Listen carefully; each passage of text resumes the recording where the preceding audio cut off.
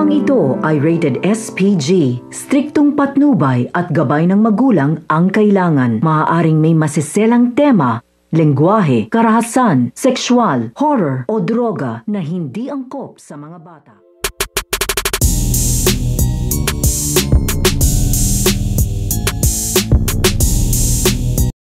Sa pagsugod ng Tangkos Agila dito nga sa bahay ito nga ni Lily ay magkakaroon nga dito ng pagkakataon na magkaharap nga ito nga si Armando at ito nga si Carlo Dalisay. At sa muli nga nilang pagkaharap ay galit nga dito ang naramdaman kaagad dito nga ni Carlo Dalisay dahil muli nga niya dito nakaharap ang may kagagawan sa pagpaslang nga dito nga daw sa kanyang lolo na ito nga daw si Lolo Dalpin. Kaya nga ito nga si Carlo ay sinasabihan niya na dito ito nga si Armando na pagbabayaran nga na dito ng malaki ang ginawa nga daw ng pagpaslan dito nga daw sa kanyang lolo na ito nga daw si Lolo Dalpin. So ito naman si Armando ay tama na nga daw dito ang satsat at magsabayan na nga daw sila at tapusin na nga daw nila dito ito nga daw kanilang laban. Kaya nga ito nga si Carlo sa sobrang ng galit ay sinugod nga na dito kaagad ito nga si Armando at nagkaroon na nga dito ng matinding bakbakan at putukan nga ng baril sa pagitan nga nila. So pakakaabangan na natin dito kung sino nga ba ang matitirang matibay dito nga sa pakikipaglaban ni Carlo Dalisay dito nga kay Armando. Yan ang ating mga pakakatukan at pakakaabangan dito nga lang sa FPJ Sam Provinciano.